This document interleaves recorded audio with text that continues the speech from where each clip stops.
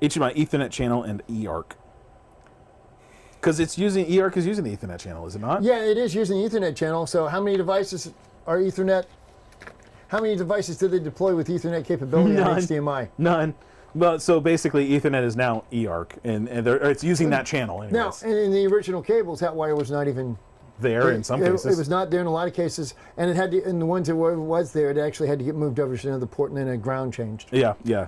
So I guess if you want to talk physical changes, that's one of the physical changes that they had. Not the only physical change. Yeah. Well, other than better twist ratios and the manufacturing process for HDMI cables has improved dramatically. There's an entire section in here about HDMI cable types, so passive HDMI, active HDMI, AOC, where they talk about that on its own. Video. There is so much in here, guys. Honestly, go ahead and get this here.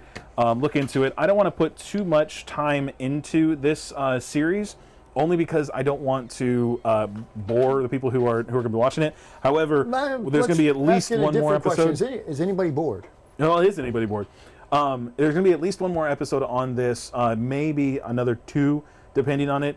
But I believe next Wednesday, we're going to talk about. We're going to get into at the end of this document, they actually have a checklist, and this checklist is great because it takes the thinking out of designing the system a little bit, because so long as you follow this checklist, it does a really good job.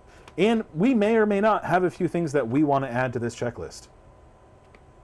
I still have to read through it and make sure. I can't read through it at that small print. Not that small. I'll have to print it off for you. Understanding I'm an old man. I printed off the right size. Gave me big fonts. Let's see. Crestron DM uses only one. They emulate everything else downstream. Now, for the HDCP? Is that 100% legal?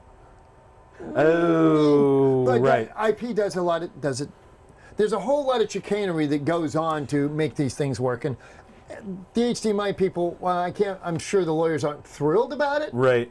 If they complain too much, the system's going to collapse on itself, so they can't. Right. Mark, do you want us to go over just the cable types like the passive, active, and AOC? Is that what you're looking for us to go over? Which Mark is that? If so, I believe it's Mark Silver.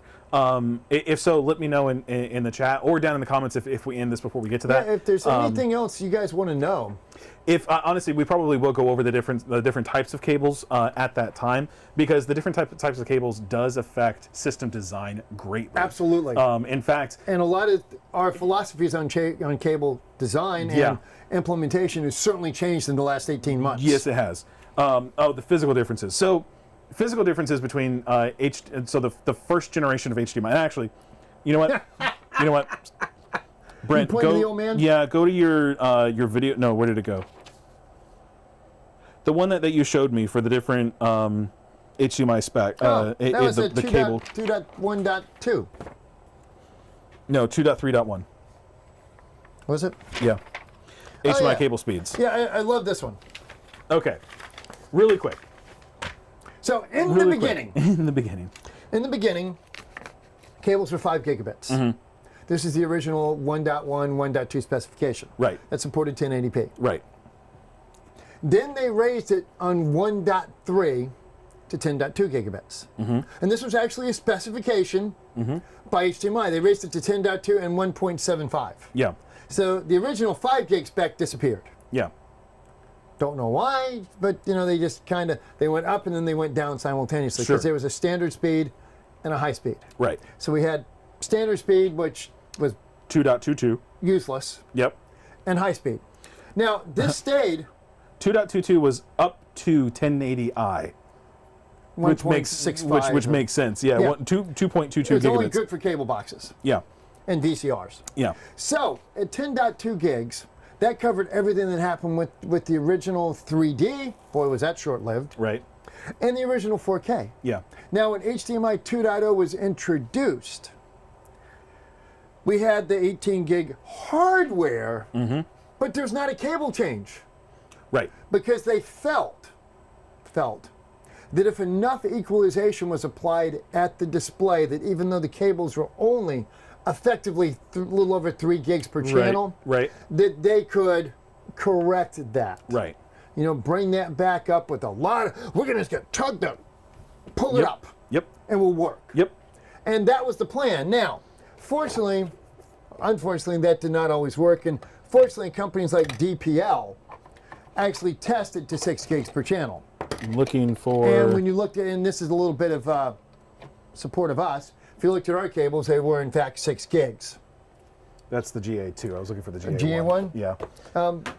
Get into that one a little bit later. Yeah. But there was not actually a cable spec change for HDMI 2.0. So there's not necessarily a cable spec where they say, okay, it has to be 23 gauge, it has to be... It didn't even have a bandwidth specification change. Right, so none of that really was set. They didn't say it has to have this much twist ratio. They didn't say any of that stuff. They just said... When we went to 18 gig on the displays and 18 gig on the sources, right, we still only had to have a 10 gig cable.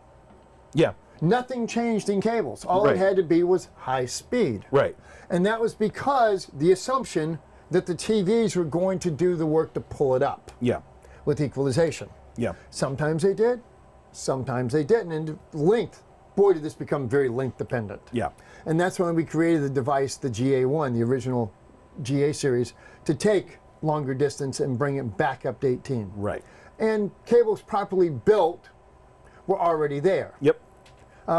Cable manufacturing has just improved dramatically. It has. In the last 15 years. So a lot of it comes down to like the gauge of the wire is actually up to the manufacturer, because we have our MHY series cables, which are a smaller gauge wire than even our MHX. Did you ever use any of the EHDs? Not until I came here. The EHD was a 10 gigabit cable. Mm-hmm. Now it was a 10 gigabit cable because it was a 10 gigabit electronics in the cable. Right, it was an active cable. That was it. Yeah. So, and there's no way to equalize beyond that. You could not do any equalization because there was literally a brick wall. Right. But that was a 38 gauge cable on the shorter links. So we're talking a cable that effectively, an HDMI cable, effectively the size of an iPhone charging cable. Mm-hmm. Which was amazing until 2.0. Right. I mean, it was just boom, it was over. Because with the electronics, we just could not get past. With the passive cable and a repeater, we could with the GA1. Now, so that gives us a little bit on the cables. We're going to go into more depth next week on copper versus fiber versus extenders. Yeah. So, Mark, also really quick, if you just simply go onto Wikipedia, just look up Wikipedia HDMI. You'll actually see where the pinouts are and everything on it. Please don't ask me to remember that. There's a lot in there. As far as now, you were saying that number 5, the 5-volt pin. The 5-volt pin, did it move, or was it Ethernet? The Ethernet pin changed. Right, and it originally changed. There was not a wire, and they moved one. They changed the ground, and they moved and they added the wire because the original spec did not require all conductors be there. Right. So if you used our HDMI tester, one of the wires, if it was an off-brand where they tried to save money, would not show up. Pin 14. It says it right there, actually. Pin 14 was reserved for HDMI 1.0 through 1.3a, and then it was used in HDMI 1.4 as an optional Ethernet channel, and then also as ARC during that time. So that's when it was actually updated, and it was actually optional at that time. It was reserved, but it was optional to put it there because nothing was using it. We put ours in. Right. So that's really the only major change that was made as far between as topology. Right. Between all of that. So one of the things that we get into with the HDMI cabling itself, except for that one thing, right, hasn't really changed. But the specs and capabilities of the cable really are up to the manufacturer. What they have to do is if they want to reach the capabilities of 2.0 or 2.1, they have to be able to reach up to a certain bandwidth. Or if it's an active cable, the cable itself has to be able to parse the data of an HDMI connection, but they still have to be able to do the bandwidth over while doing all of that. Now remember, there was not actually a specification for 2.0. There is for 2.1. Right. Well, and again, the specification is just be able to do this. It's not a must have this much gauge, must have this much copper, must have this, and this. There's a performance spec for 2.1. Right. it's called ultra high speed, but Yeah. there was not a performance specification by HDMI for 2.0. Right. They just assumed, and turned out they were wrong, Yeah. that any cable that was high speed Yeah. would work, because And that's where the TVs are going to do the work. Right. And that's where the premium high speed came in. Right, Yeah. and that was not mandatory. It was not even actually created as a spec. It was just, we suggest. Yeah. Okay. Kind of like the yellow signs on the turns. Yeah. Okay. Now, let's go ahead and wrap this up because now we're in competition for being the longest episode. But everyone, thank you so much for checking out today's episode. We really share your appreciate you. comments. Yeah, leave us your comments either down in the comment section below, or if you're on Facebook again, I have to learn where it's at. I think it's below. Tell us if we put you to sleep. Yeah, so if you want to hear more about this stuff and hear us ramble on about it, it's super nerdy and we're super excited to talk about it because we just find it interesting. But we want to know if you find it interesting. Let us know in the comment section below. Shoot us an email. Give us a phone call. Our information is here on the screen. adam.rogers@metroav.com or Brent McCall at brent.mccall@metroav.com, and our new phone numbers, because we are direct. yeah, 386-202-6132 is mine, and 6137 is mine. There you go. How did you get the lower number? It It must be age-based. Age-based. It's gender. Yeah, we'll do that. You know what yeah. it is? It's age bias. Well, you know what it is? It's as they were handing out the phone numbers, they thought of me first. You know what the really sad part is? That's true. You're probably I'm right. probably right. You're probably Everyone, right. thank you so much for joining us today. We're really happy to be back. We're happy to go ahead and start And doing a this new again. year. And a new year. And just in case everybody's wondering, I am a year older. Yes, you are. My birthday was New Yes, Year's you are. Eve. Send your cards, your money, and your gifts to You're just old now, right? Metro AV at 460 Walker Street. So before you were just old, now you're Now I'm just really old. really old. Really Got old. it. Gotcha. Okay. Everyone, again. However, Craig's Yeah. older. Oh, is he? Okay, there you go. So that's a plus. Everyone, thank you for watching today's episode. We will be back on Friday, where we will have our, we're going to be doing the AIO. AIO2. Based on talking about the 5-volt and the hot plug and the... And come back next Wednesday where we will continue the discussion on this sheet here, or on this paper from CEDIA, and we will go into more stuff with that. And depending on how things go, we may actually do another episode after that on this topic, just because I think we there's will. There's so much information.